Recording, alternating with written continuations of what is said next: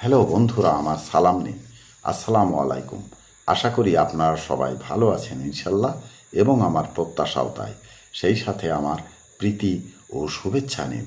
আজ এ পর্যায়ে যে বিষয়ে কথা বলবো তা হচ্ছে, বিজ্ঞানের অর্জন হয় পরীক্ষার মাধ্যমে। এটা কোনো কল্পনার বস্তু নয়, আবার ধারণার বস্তুও নয়। বিজ্ঞান সবসময় মৌলিক তথ্যকে হিসাব নিকাশের মাধ্যমে নিজেকে প্রতিষ্ঠিত করেছে। বিজ্ঞান মূল বিজ্ঞানকে মূল বা মৌলিক তত্ত্ব বলাও ভুল হবে না। মনে রাখবেন, কল্পনা বা ধারণার বাইরে পরীক্ষার মাধ্যমে যে তত্ত্ব প্রমাণিত হয় তাই বিজ্ঞান। এ পর্যায়ে এখানেই রাখছি।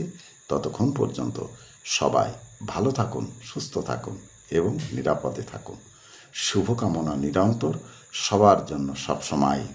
ধন্যবাদ ফেসবুক মেটা, ধন্যবাদ সকল বন্ধুসহ সবাইকে। আবার দেখা হবে অন্য কোনো ভিডিওতে। আল্লাহ হাফেজ।